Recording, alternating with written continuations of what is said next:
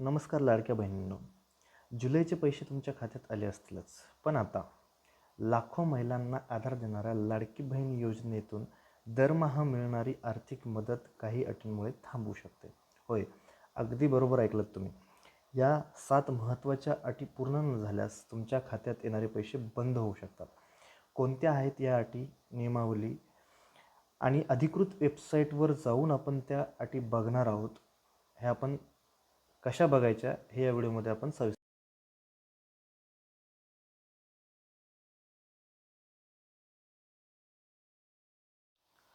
पहिले आपल्याला Chrome open करायचं आहे. क्रोममध्ये आपण सर्च करणार आहोत महिला व बालविकास विभाग. कारण लाडकी बहीण योजना जी आहे ती महिला व बालविकास विभागाअंतर्गतच येत असते. त्यामुळे हे साईट ओपन करायची आपल्याला. इथं आल्याच्या नंतर आपण सगळ्यात खाली येणार आहोत.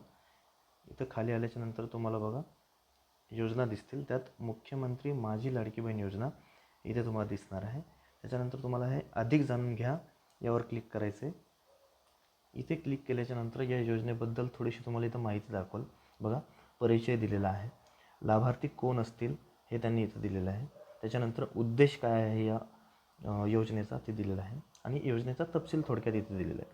तर आपण इथं सगळ्यात खाली बघा संकेतस्थळ पण दिलेलं आहे, म्हणजे वेबसाईट दिलेली आहे. ही जी आहे ही लाडकी बहीण योजनेची ऑफिशियल वेबसाईट. आपण इथं टच करणार आहोत, म्हणजे आपण लाडकी बहीण योजनेचं संकेतस्थळ ओपन केलेलं आहे. इथं आल्याच्यानंतर बघा हे तुम्हाला वरचं सगळं सोडून द्यायचं आहे. इथं दिलेलं आहे तुम्हाला पोर्टलवर प्राप्त अर्जाची एकूण संख्या, मंजूर अर्जाची एकूण संख्या वगैरे.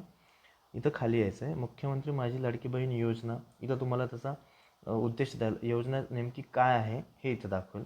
त्याच्यानंतर बघा हे सगळ्यात महत्त्वाचं सामान्य प्रश्न. इथं तुम्हाला 3 बॉक्सेस दिसतील.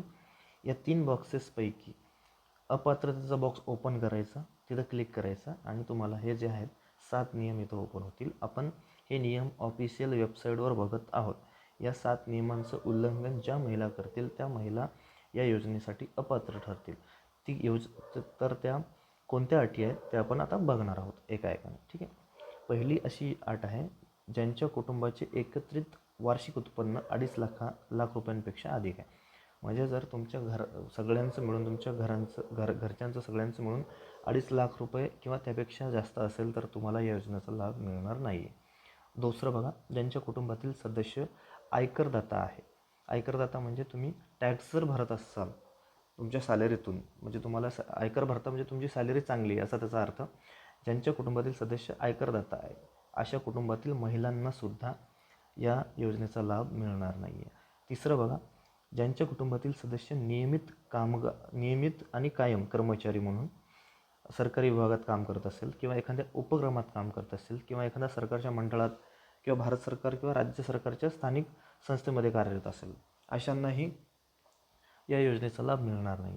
निवृत्तीनंतर जर एखादा कर्मचारी निवृत्ती वेतन घेत असेल आणि तरीसुद्धा त्याचं उत्पन्न जे आहे ते 2.5 लाखाच्या आत जर असेल, ठीक आहे, तर अशांना या योजनेचा लाभ घेता येऊ शकतो.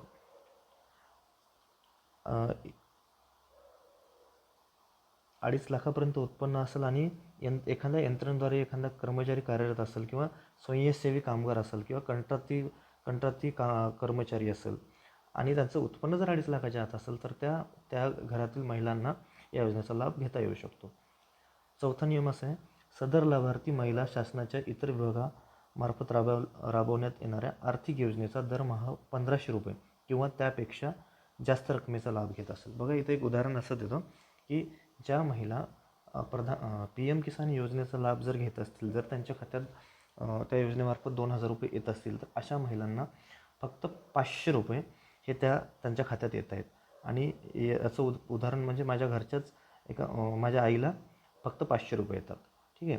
त्याच्यामुळं जर तुम्ही इतर कुठल्या योजनेचा जर लाभ घेत असाल तर तुम्हाला 1500 ऐवजी 500 रुपये मिळतील किंवा तुम्ही जर त्याचा अधिक लाभ घेत असाल तर तुम्हाला येणारही नाहीत कदाचित. 5वा नियम काय म्हणतो, ज्यांच्या कुटुंबातील सदस्य विद्यमान किंवा माजी खासदार आमदार असेल.